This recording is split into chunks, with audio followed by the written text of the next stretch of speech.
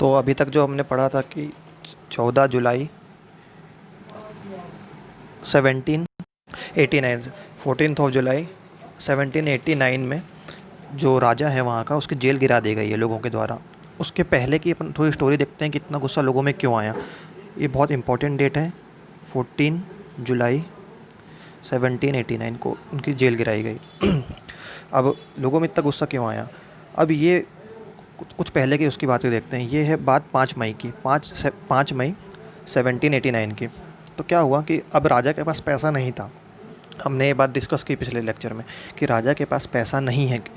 तो अब राजा के पास ऑप्शन क्या बचता है पैसे अपने पास वापस लाने का? सिर्फ एक ऑप्शन बचता है कि लोगों पर टैक्स बढ़ा दिया जाए। और टैक्स की बात मैंने तुम्हें बताया था, याद करो। 3 तरह के स्टेट हैं उनके। स्टेट मतलब लोग, ES वाला स्टेट है यहाँ पे। स्टेट मतलब स्टेट्स है, जो स्टेट्स का मतलब होता है कि 3 तरह के स्टेट्स हैं। स्टेट एक प्रकार से आप दर्जा समझ लीजिए, जैसे लोगों के क्लास। तो 3 स्टेट हैं। एक तो मैंने बताया था क्लर्जी, जो चर्च वाले होते थे वे क्लर्जी कहलाते थे। दूसरे होते थे जो रईस हैं, उनका तो बहुत पैसा है, नोबेलिटी कहा जाता था उन्हें, उनके पास बहुत सारा पैसा था। और तीसरे हुआ करते थे गरीब किसान। अब गरीब किसान बेचारे, उनके पास कुछ भी नहीं था, जीरो, अंडा। लेकिन इन दोनों के लिए राजा की तरफ से टैक्स माफ़ था। और टैक्स पूरा कौन देता था? क्लर्जी। क्लर्जी पूरे टैक्स दिया करते थे।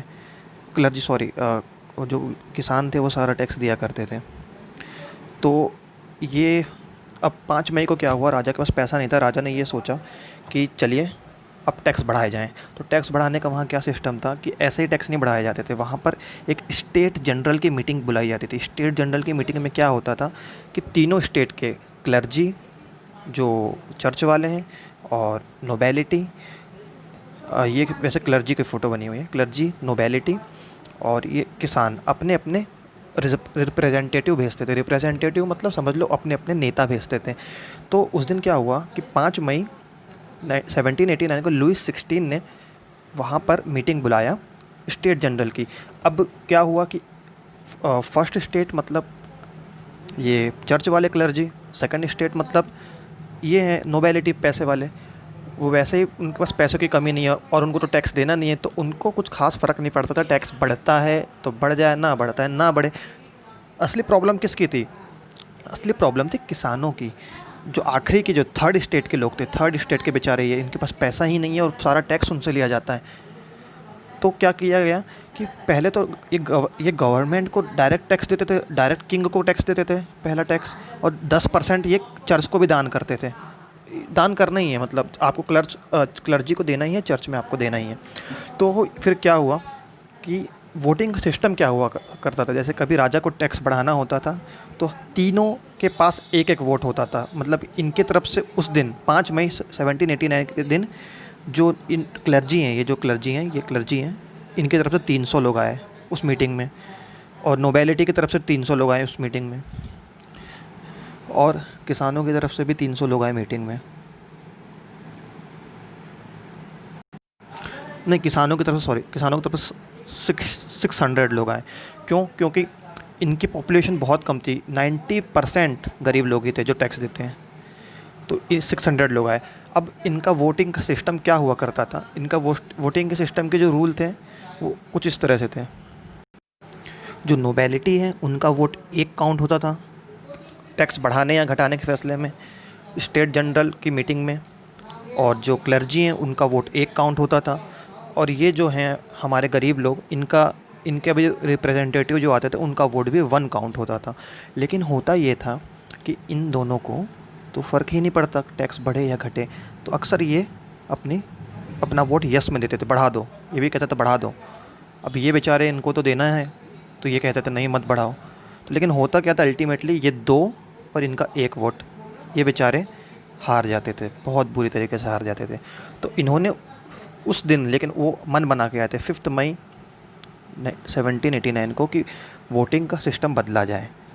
उन्होंने क्या कहा था कि वोटिंग का सिस्टम 1-1-1 नहीं होना चाहिए। जितने लोग आए हैं, इनकी तरफ से 300 हैं तो इनके पास 300 वोट होने चाहिए, इनकी तरफ से 300 तो इनके पास 300 वोट होने चाहिए, और हमारी तरफ से 600 हैं तो हमारे 600 वोट होने चाहिए। तो किंग ने बोला कोई ज़रूरत नहीं है, ज़्यादा ज्ञान मत दो, चलो जाओ यहाँ से।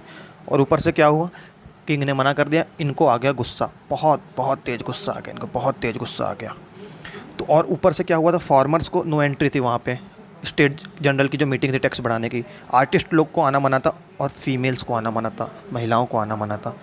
तो फिर क्या हुआ, इनका हुआ दिमाग ख़राब, क्योंकि ये समझ गए थे कि ये क्लर्जी, जो चर्च वाले क्लर्जी और ये जो नोबेलिटी में अमीर लोग हैं, वो तो हाँ बोलेंगे, हाँ टैक्स बढ़ा दो, ये भी बोल देगा हाँ टैक्स बढ़ा दो, हम भले ही ना कर दें, लेकिन 2-1 से वो रेजोल्यूशन पास हो जाएगा, टैक्स तो हमें देना है, हमारा ही बढ़ेगा टैक्स। तो इनका हुआ दिमाग ख़राब। फिर उन्होंने क्या किए कि वही जो उनका वर्साइल पैलेस था, वर्साइल पैलेस में एक टेनिस का कोर्ट बना हुआ था जिसमें राजा टेनिस खेला करता था, ये देखो ये टेनिस का कोर्ट है। तो वो वहाँ पे बैठ गए और उन्होंने बोले अब कोई राजा वाजा नहीं, 600 लोग बैठे हैं यहाँ पे, कोई राजा वाजा नहीं, हम हैं, हम बस रूल करेंगे इस फ्रांस को, हम कॉन्स्टिट्यूशन बनाएंगे यहाँ पे बैठ के ही, हम कॉन्स्टिट्यूशन बनाएंगे। और उन्होंने अपना नाम भी रख लिया, उन्होंने अपने आप को बोला हम नेशनल असेंबली हैं। बहुत ध्यान से सुनना, ये बहुत अच्छा वर्ड है, हम नेशनल असेंबली, हम राजा को नहीं मानते। इनके 2 लीडर थे, ये बैठ गए यहाँ पे। अब इनके 2 लीडर थे, पहले का नाम था मीरा बेऊ। ये क्या हुआ था, ये था तो सेकंड स्टेट का मेंबर। सेकंड स्टेट में कौन है, नोबेलिटी, मतलब अमीर लोग, लेकिन वो दिल का अच्छा था, वो काम करता था गरीबों के लिए। और सेकंड इनका लीडर था एब्बे सिएस, ये एक प्रीस्ट था, ये मेरे ख्याल से क्लर्जी में था, मतलब फर्स्ट स्टेट का मेंबर था। इसने एक बुक भी लिखी थी, हो सकता है ये ऑब्जेक्टिव में आपसे पूछ ले, बुक लिखी थी what is the third state. इन्होंने थर्ड स्टेट वालों की हालत बताने के लिए एक बुक लिखी है इस बंदे ने। ये दोनों लीडर बन के उसी टेनिस कोर्ट में सामने आए और ये इतनी अच्छी स्पीच देता था, कौन, ये वाला मीरा बेऊ इतनी अच्छी स्पीच देता था कि लोगों की नसों में जोश भर जाता था। लोगों को ऐसा लगता था कि बस भाई ये हुई बात, ये हुई ना बात, बहुत जोश से भर देता था लोगों को। तो ये प्रोटेस्ट करने लगे और उन्होंने कहा कि हम हिलेंगे ही नहीं जब तक हमें चाहिए एक कॉन्स्टिट्यूशन, हमें एक कॉन्स्टिट्यूशन चाहिए जिसमें हम सभी के इक्वल राइट हों और ये सब जो हमारा शोषण हो रहा है वो सबको बंद किया जाए। तो ये नहीं हिले, वाकई में नहीं हिले। और 20 जून को ये बैठ गए थे वहाँ पे टेनिस कोर्ट में वर्साइल पैलेस के। अब ये बैठे रहे। अब क्या हुआ कि एक खबर निकली कि जो सेकंड स्टेट के लोग हैं, जो नोबेलिटी वाले लोग हैं, वो किसानों की फसल बर्बाद करने आ रहे हैं। ये बात फैली, तभी ये किसानों को बात पता चली, किसानों को आ गया गुस्सा। ये देखो कि तो उन्होंने क्या करें, ये उनके घर में जो भी था, हर किसी के घर में तलवार थी, चाकू था, डंडा था, उठा के उन्होंने सारे नोबेलिटी वाले जिनके घर के आसपास रहा करते थे उन पर अटैक कर दिया। उनके डॉक्यूमेंट्स जला दिए, उनको मार दिए। कितने नोबेलिटी को मार दिया गया, कितने नोबेलिटी देश छोड़ के भाग गए फ्रांस। तो ये सब देख के फिर 4 अगस्त 1789 को वहाँ का किंग जो था लुईस 16, वो सरेंडर हो गया, आई सरेंडर, उसे सरेंडर किया। और इन्होंने बोला कि हम अब एक कॉन्स्टिट्यूशन बनाएंगे। किसने बोला, नेशनल असेंबली जो वहाँ पे टेनिस कोर्ट में बैठी हुई है, उसने बोला कि हम अब एक कॉन्स्टिट्यूशन बनाएंगे और कॉन्स्टिट्यूशन में क्या क्या बदला जाएगा। तो उस जैसे किंग ने सरेंडर किया तो एक चीज़ बताई गई कि अब ये मोनार्की नहीं रहेगा। मोनार्की मतलब सिर्फ राजा का शासन, अब ये रहेगा कॉन्स्टिट्यूशन मोनार्की, मतलब राजा तो रहेगा लेकिन कॉन्स्टिट्यूशन भी रहेगा। कॉन्स्टिट्यूशन में राजा के अब पावर को कम कर दिया जाएगा कॉन्स्टिट्यूशन के थ्रू, राजा तो हालांकि रहेगा। तो ऐसा ये डिसाइड हुआ। तो उसमें क्या क्या चेंज आए, अब उसमें नोबेलिटी वाले जो फर्स्ट वाले और सेकंड वाले जो टैक्स नहीं देते थे वो सब बंद कर दिया गया, सब देंगे टैक्स। राजा की पावर को रिड्यूस कर दिया गया, लैंड को डिस्ट्रीब्यूट किया गया कि उन्होंने जो फर्स्ट और सेकंड वाले जो थे, क्लर्जी जो थे और नोबेलिटी वालों ने बहुत सारा लैंड अपने पास रख लिया था, बचा, और इनको गरीबों को कोई देता ही नहीं था, फिर से बांटा गया। और डायरेक्ट टैक्स जो देते थे ये फालतू का, इनके ऊपर जो टैक्स लगा था सब बंद कर दिया गया। अब टैक्स वही होगा जो सब देंगे। तो उन्होंने फिर अपना कॉन्स्टिट्यूशन लिखना चालू किया, नेशनल असेंबली ने अपना कॉन्स्टिट्यूशन लिखना चालू किया और 1791 में उन्होंने अपना कॉन्स्टिट्यूशन लिख के रख दिया। और पहली बार इस दुनिया में शब्द आ रहे थे लेजिस्लेचर, एग्जीक्यूटिव एंड जुडिशरी। ये पता होगा, अगर नहीं पता मैं बताता हूँ। लेजिस्लेचर वो होता है जो रूल्स बनाता है, हमारी पार्लियामेंट, हमारे पीएम, हमारे विधायक जो हमारे लिए रूल बनाता है। एग्जीक्यूटिव क्या होता है, जो उस रूल को फॉलो करवाता है, जैसे हमारे आईएएस अधिकारी, कलेक्टर, और ये जो प्रशासन है हमारा, वो एग्जीक्यूटिव में आते हैं। जुडिशरी क्या होता है कि अगर कोई रूल फॉलो नहीं कर रहा है तो उसके लिए न्याय व्यवस्था होनी चाहिए। हमारी सुप्रीम कोर्ट है, हाई कोर्ट है। पहली बार ये पावर का डिस्ट्रीब्यूशन किया गया। इन्होंने कॉन्स्टिट्यूशन बनाया था। लेकिन किंग नाराज़ हो गया। किंग नाराज़ हुआ ना, उसके तो कुछ बचा ही नहीं बेचारा। वो सोचता हम हमारे पुरखों ने राज किया और मैं देखो आज जनता का गुलाम बन गया हूँ, उसको ऐसा लग रहा था। लेकिन फिर धीरे धीरे समय बीता तो किंग ने चालू किया दिमाग लगाना। अब क्या हुआ कि उस समय का पहले देख लेते हैं कि अब सिस्टम क्या बनाया गया। मतलब कि 40 लाख लोग थे, 40 लाख लोग 50,000 इलेक्टोरेट को सिलेक्ट करते थे। एक बार सुन लो बस, जनरली वहाँ के इलेक्शन कैसे होते थे जज के लिए। अब जज के लिए इलेक्शन कैसे होते थे, 40 लाख लोग 50,000 इलेक्टर्स को इलेक्ट करते थे कि आप जाके वोट दीजिए। फिर वो वोट दे के बनाते थे 745 नेशनल असेंबली के मेंबर बनाए जाते थे। और इन नेशनल असेंबली के मेंबर में से एक जज चुना जाता था। ये उसका वोटिंग का पैटर्न था। ये इसको एक दो बार बैक करके देखना, नहीं समझ में आए तो हो सकता है पूछ ले। तो राजा को थोड़ा वीटो पावर दिया गया था, लेकिन वो भी कुल मिला के उसके नल एंड वाइड था, कोई मतलब नहीं था। तो राजा तो बहुत सैड हो गया।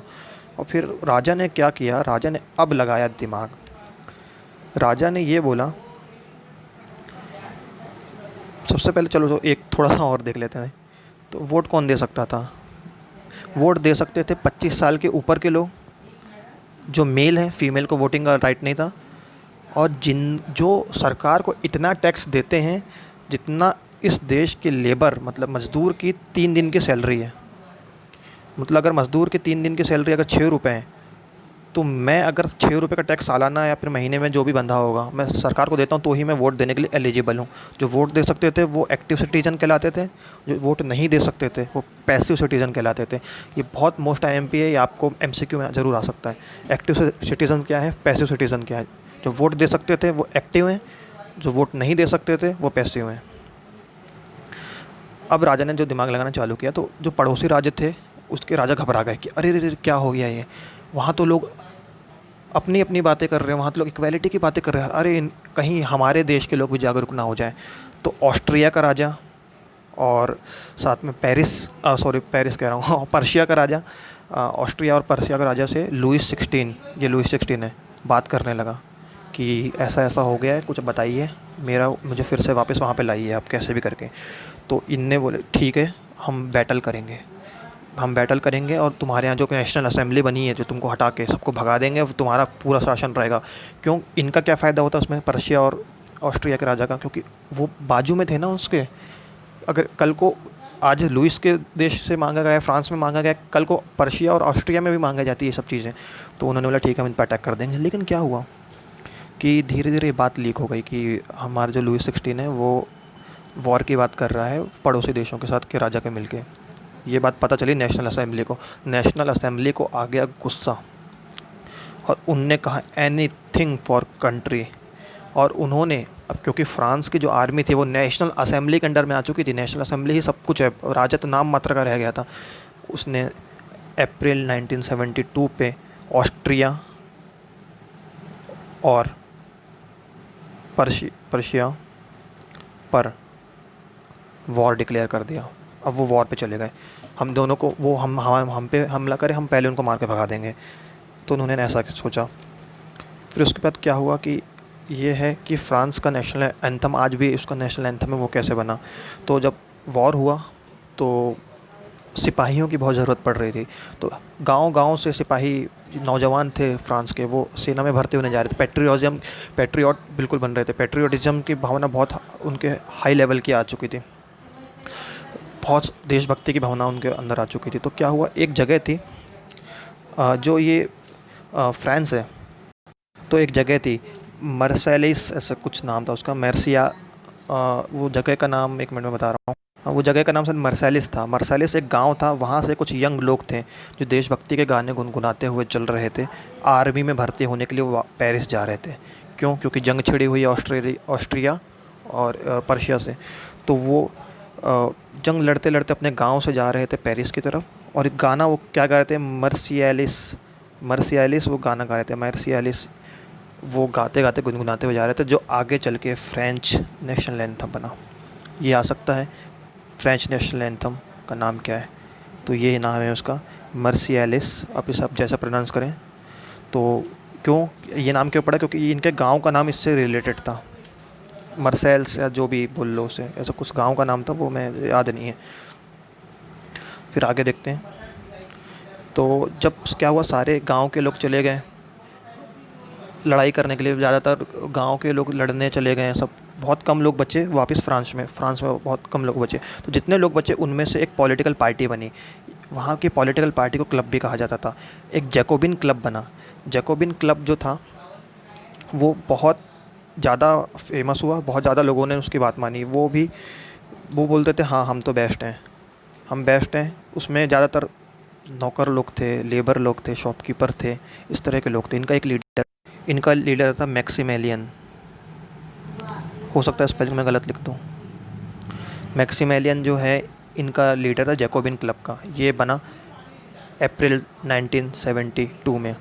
ये जैकोबिन क्लब एक फैलने लगा, एक जैसे इंडिया में जो पॉलिटिकल पार्टी है वहाँ पार्टी को क्लब कहा जाता है। पॉलिटिकल था जिसमें बहुत दबे कुचले लोग आके शामिल हुए, जिसका लीडर था मैक्सिमिलियन। और ये आगे आगे इनकी विचारधारा फैलती गई, लोगों से बात करते गए। अब क्या हुआ कि वॉर पे तो चल ही रहा था। देखो फ्रांस ऑस्ट्रिया से वॉर कर रहा था और साथ ही साथ किससे वॉर कर रहा था, पर्शिया से। तो लोगों फिर वहाँ वॉर के कारण वहाँ पैसों की कमी होने लगी। तो लोगों ने देखा कि फूड के प्राइस हैं बहुत तेज़ी से बढ़ रहे हैं। क्यों भाई, वॉर में पैसा लग रहा है, जितना भी उनको खाना आता है, ज़्यादातर जितना भी प्रोडक्शन हो रहा है सब सैनिकों को भिजवाना ज़रूरी था क्योंकि वो लड़ रहे हैं हमारे लिए। तो यहाँ पर कमी हो गई सिटी के अंदर। अब लोगों को लगा कि ये वॉर क्यों हो रहा है, लोगों ने सोचना चालू किया। फिर लोगों ने ये समझा कि वॉर तो हो रही है लुईस 16 के कारण, क्योंकि लुईस 16 तो हमारे देश से धोखा करके वहाँ जा रहा था, बाजू के राजाओं को हम अटैक करने कह रहा था। तो लोगों का हुआ देखो दिमाग ख़राब, लोगों का बहुत दिमाग ख़राब। देखो मैक्सिमिलियन, लोगों का हुआ बहुत तेज़ दिमाग ख़राब। लोगों ने बोला बहुत हुआ सम्मान। अब वो गए, मैक्सिमिलियन जिस जगह पर रहता था उनको पकड़ा गया उसको उसको डाल दिया गया जेल में। बोले तो जेल में रहे तुम्हारे और उसको जेल में रह के वहाँ पे मार दिया गया या मर गया। और फिर उसके बाद क्या हुआ कि जेल में राजा को मार दिया गया। फिर उसके बाद फिर से एक कॉन्स्टिट्यूशन रिफॉर्म किया गया, जिसमें कॉन्स्टिट्यूशन बना तो नहीं लेकिन कुछ अलग चीज़ हुई। उसमें ये हुआ कि पहले 25 साल के लोग और जो दिहाड़ी मजदूरी 3 दिनों जितने बराबर टैक्स देते थे गवर्नमेंट को, वो केवल वही वोट कर सकते थे। लेकिन अब जो इलेक्शन हुआ उसमें बताया गया कि नहीं, अब 21 ईयर के जो भी मेल हैं, मेल मेल मेल मेल लड़के, लड़कियां वोट नहीं देती थी उस समय तक। जितने मेल 21+1 के वो वोट दे सकते हैं।